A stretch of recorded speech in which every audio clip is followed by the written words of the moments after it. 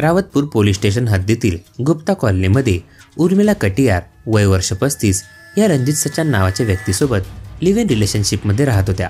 उर्मिला यांचे पती जगदीश कटियार यांचे 18 वर्षापूर्वी निधन झाले होते। त्यानंतर उर्मिला 17 वर्षापासून रणजित सोबत राहत होत्या। त्यांना 2 अल्पवयीन मुलं आहेत। मोठा मुलगा 17 वर्षाचा असून तो 12वीत शिकतो, तर लहान मुलगा 15 वर्षांचा आहे।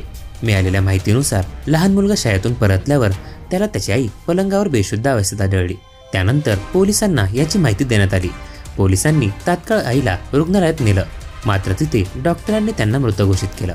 यानंतर पोलिसांनी मुलाला अटक केली। रावतपूर पोलीस स्टेशनमध्ये चौकशी दरम्यान मुलगा पोलिसांसमोर रडला। मी रागाच्या भरात माझ्या आईला मारलं। माझा असा कोणताही हेतू नव्हता। तिने स्पीकर तोडला होता, म्हणून रागाच्या भरात मी माझ्या आईचा दुपट्ट्याने गळा आवळला, असं आरोपीने पोलिसांना सांगितलं। चौकशी दरम्यान मोठ्या मुलाने सांगितलं की तो दुपारी स्वयंपाकघरात भांडी साफ करताना स्पीकरवर मोठ्या आवाजात गाणे ऐकत होता।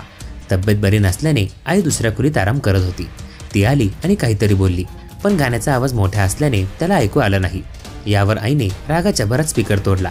त्याच्या आईने त्याला 2दा थप्पडही लगावल्या। त्याने त्याच्या आईला ढकलले आणि तिला खाली पाडले। तिच्या नाकातून रक्त येऊ लागले। तेव्हा त्याला वाटलं की आता त्याची आई त्याला मारेल, म्हणून त्याने तिच्या दुपट्ट्यानेच तिचाच गळा आवळला। त्यानंतर तिला पलंगात टाकले, असे मुलाने पोलिसांना सांगितले आहे।